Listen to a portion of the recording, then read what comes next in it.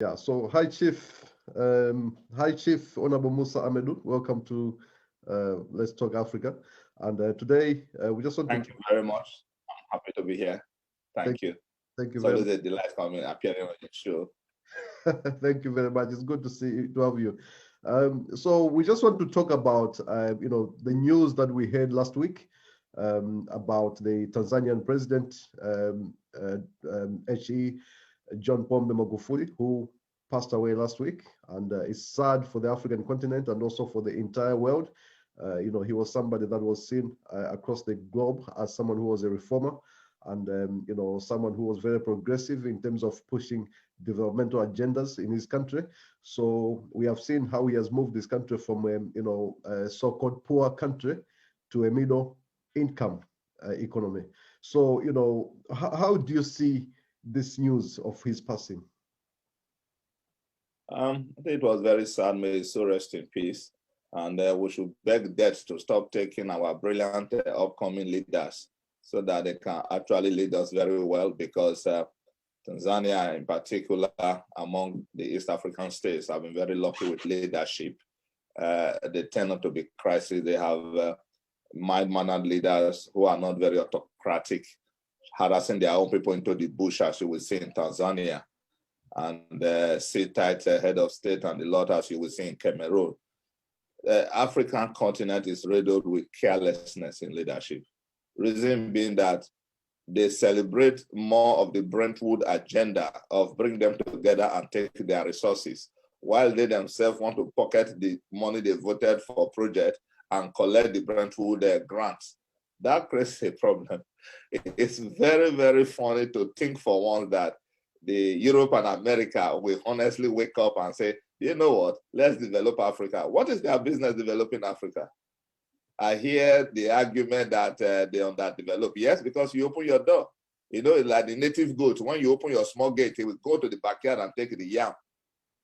That is where Africa find themselves. And I'm not saying for one that it's not a serious agenda, but the problem now is that the followers, that is, the Africans, are more educated than their own leaders. That creates a problem.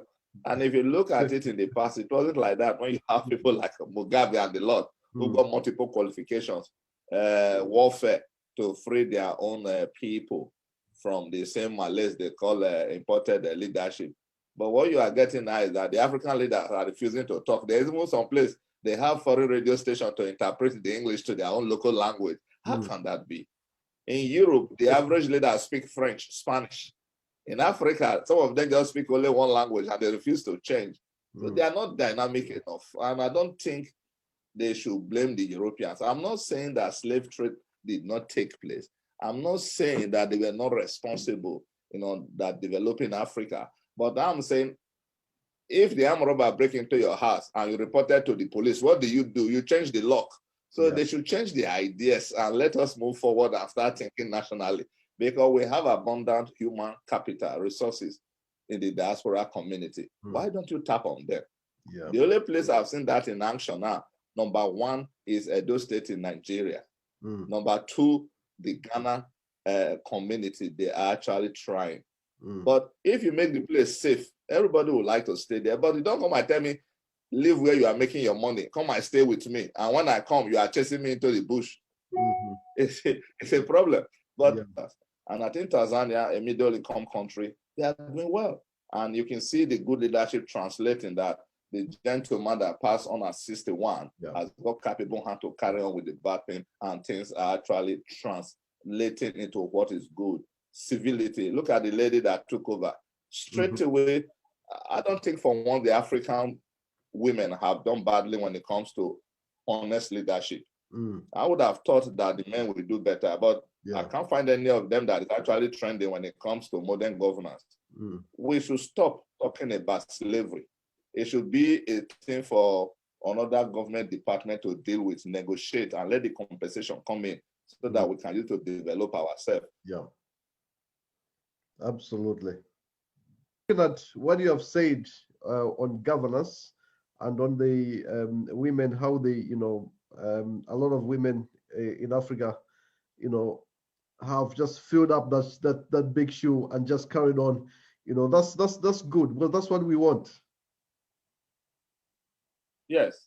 Yeah. It is surprising that African women are trending all over the world, wherever they find themselves. It's very easy to see their style of leadership, of inclusiveness, and try to actually lead people. But in the continent of Africa, from Egypt to South Africa, the story is the same. Yeah.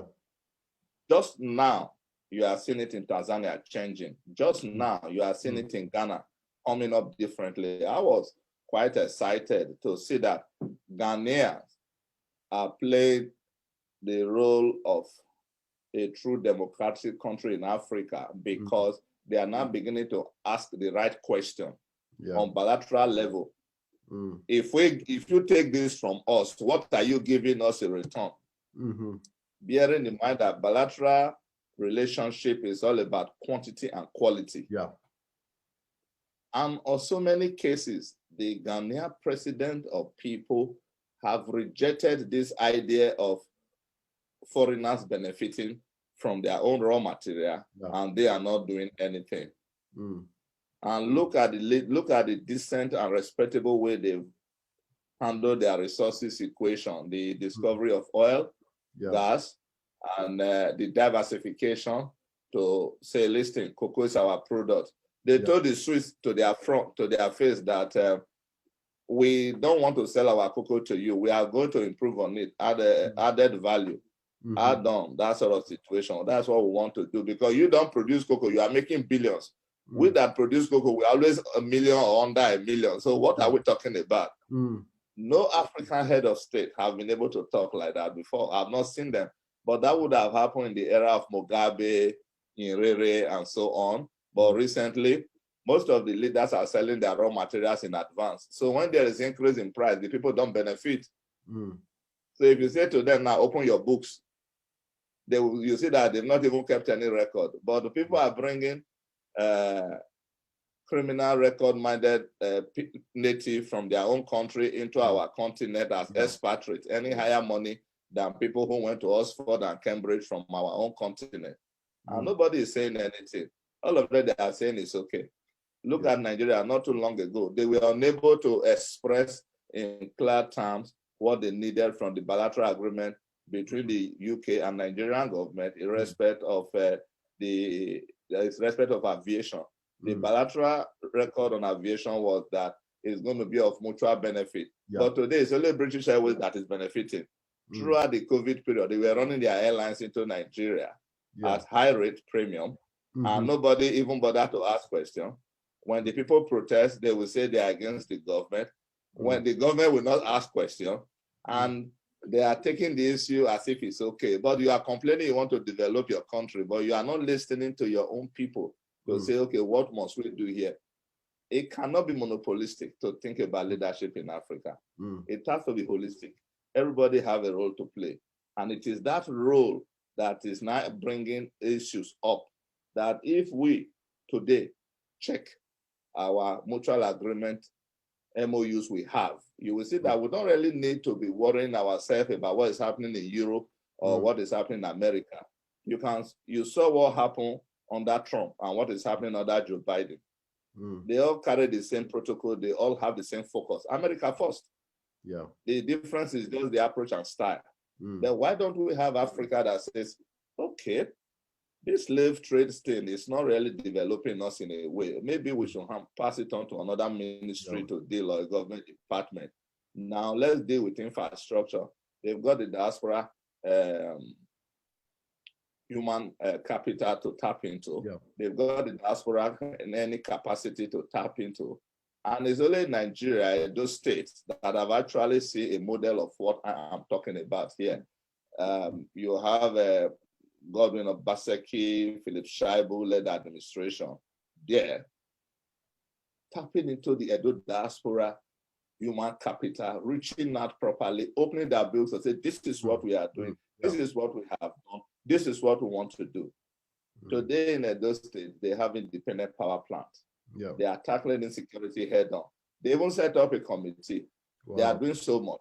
We in diaspora, we are partnering them. I'm the chairman of that Edo State Security Consultative Forum. Mm. That tells you how serious they now take we. Before them, they do photo opportunity. They lie to us. We even buy them presents. Then they went on, go home, can't see them again. They change their SIM. They are happy. But now that has changed. And if you see the roadmap to progress in Edo State, I was there last month for a meeting, and they were able to put together a system of collecting data from the people. Without data, you cannot govern the people. Yeah, there's no way. You can see in England, it's a criminal offense if you don't register for census. The fine is £1,000. Yeah. You can't derogate from it. Why can't our people copy what is good in the West and stop telling us about how they have colonized us?